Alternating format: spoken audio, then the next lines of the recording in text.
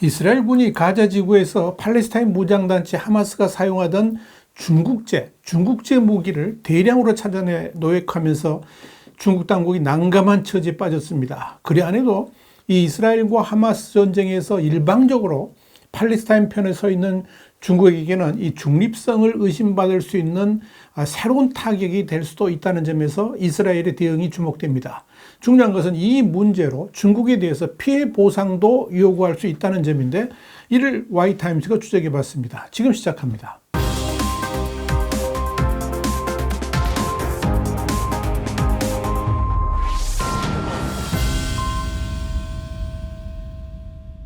예루살렘 포스트는 지난 1일 팔레스타인 테러리스트들이 사용하는 엄청난 양의 중국산 무기들이 가자 지구 수색 과정에서 포획됐다 그러면서 이스라엘 지도부가 이미 조직적인 공급 과정을 통해서 중국제 무기가 가자 지구에 반입된 것으로 파악하고 있다, 이렇게 보도했습니다. 예루살렘 포스트는 이어 시그널 그룹의 CEO 겸 설립자이자 중국 이스라엘 관계 전문가인 카리스 위트의 말을 빌어서 중국은 광범위한 무기 산업을 보유하고 있지만 비국가 단체는 무기를 판매하지 않는 것을 알려주고 있다, 그러면서 하마스가 중국으로부터 직접 구입하지는 않았겠지만 중국이 중동 지역에는 무기를 판매하고 있다는 것만큼은 확실하다, 이렇게 전했습니다.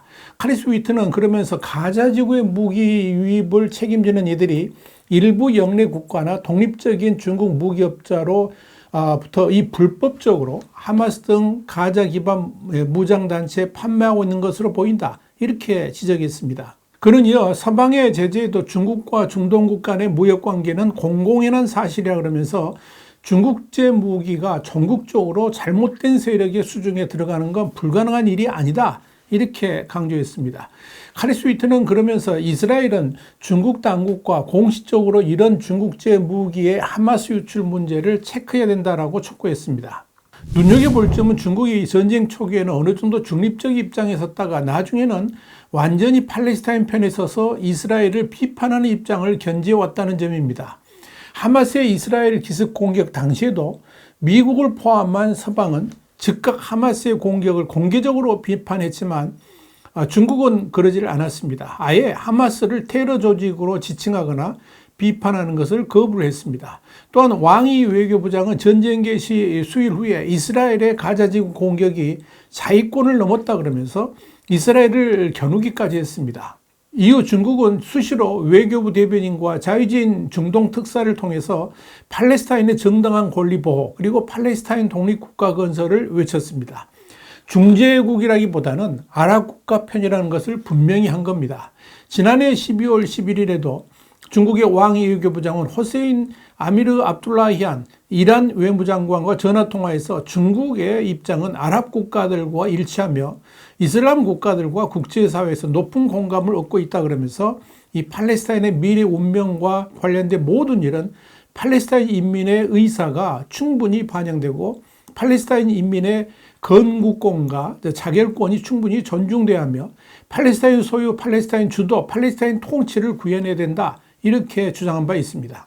이런 중국에 대해서 이스라엘은 불편한 감정을 숨기지 않고 있습니다. 지난해 11월 3일 홍콩의 사우스차이나 모닝포스트는 중국과 이스라엘은 이스라엘이 베이징에 첨단 무기를 판매하는 등 한때 우호적인 양자 관계를 누렸다 그러면서 가자 전쟁에 대한 중국의 입장은 이스라엘을 실망시켰다, 이렇게 보도했습니다. 중국이 이렇게 이스라엘에 대해서 반대적 입장으로 돌아선 건 순전히 미중 충돌 상황이 따른 것으로 미국과 이스라엘을 동일선상에 놓고 판단하기 때문일 것입니다. 이에 따라서 이스라엘과 중국 간의 갈등의 골은 깊어져만 갑니다. 이스라엘 외무부는 중국이 하마스를 규탄하지 않는 것에 대해서 깊은 실망을 표시했으며 유엔 대사는 유엔 안전보장이사회에서 미국의 제안에 대해 중국과 러시아가 거부권을 행사한 것을 비판하면서 뼛속까지 충격을 받았다, 이렇게 말한 바 있습니다. 이스라엘이 특히 중국에 대해서 서운한 감정을 표시한 것은 양국 간의 오랜 우정이 완전히 파괴되었기 때문입니다. 사실 1950년 1월 초에 이스라엘은 불과 몇 달 전에 설립된 중화인민공화국을 공식적으로 인정한 중동 최초의 국가가 되었습니다. 이는 1948년 중국 공산당이 이스라엘 건국을 환영한 이후의 일입니다. 이후 우여곡절을 거치긴 했지만 중국과 이스라엘 사이의 문은 1980년대부터 무역과 무기 거래의 증가로 다시 확대됐습니다. 이스라엘은 1992년 공식 외교 관계가 수립되기 전에도 다른 미국 동맹국들과 함께 중국의 첨단 무기를 판매할 정도였습니다. 특히 1980년대 가장 잘 알려진 사례 중 하나는 이스라엘의 피톤3 공대공 미사일의 기술 이전이었습니다. 중국 인민해방군은 전투기에 장착하기 위해서 탄약을 구입했을 뿐만 아니라 국내에서 생산할 수 있는 면허도 취득을 했습니다. 결국 중국은 피톤 기술을 기반으로 지대공 및 함대공 변형을 포함한 PL-8 미사일 계열을 개발한 겁니다. 또한 인민해방군은 미그 21의 중국산 버전인 J7 전투기에 통합된 평면 배열 레이더 시스템과 같은 여러 가지 이스라엘의 첨단 레이더를 수입했습니다.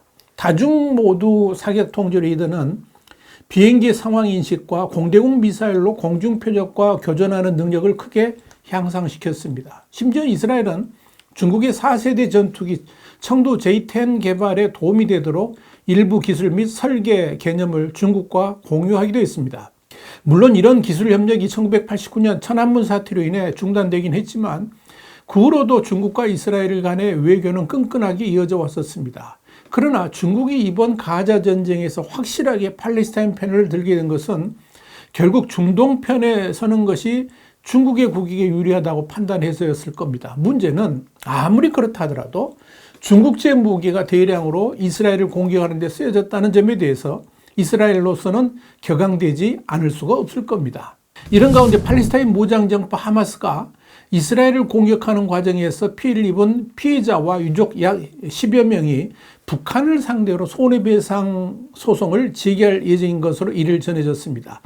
이런 움직임이 하마스에 넘쳐나는 중국산 무기에도 어떤 영향을 미칠지 주목됩니다. 일부 미국인들이 북한을 상대로 소송에 나서는 것은 북한이 하마스에 무기를 공급한 것으로 추정되는 만큼 하마스의 공격에 책임을 져야 한다는 논리인데 이런 소송들이 앞으로 이어질 수 있다는 전망이 나옵니다. 이와 관련해서 미국의 소리 VOA에 따르면 피해자들을 대변하는 니사나 다르산 라이트너 변호사는 하마스가 보유한 무기가 북한에 의해서 고의적, 의도적으로 제공된 사실을 알고 있다 이렇게 밝혔습니다. 북한은 자국 무기가 이란에 가고 이란은 하마스의 무기를 제공한다는 사실을 알고 있다 그러면서 북한이 단 한 번도 이란에 하마스로 무기를 보내지 말라고 경고한 적이 없는 만큼 북한에도 책임이 있다 이렇게 강조했습니다.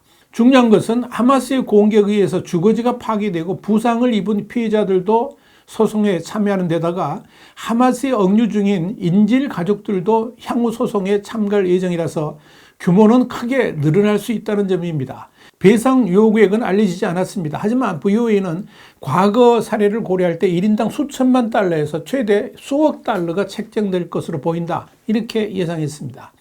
앞서 하마스의 이스라엘 공격에는 북한의 유탄 발사기인 F7 또 F7의 로켓 추진체를 탑재한 대전차 로켓 등이 사용된 것으로 전해졌습니다. 이 논리대로라면 하마스에 넘쳐나는 중국산 무기에도 동일한 소송이 나올 수 있을 겁니다.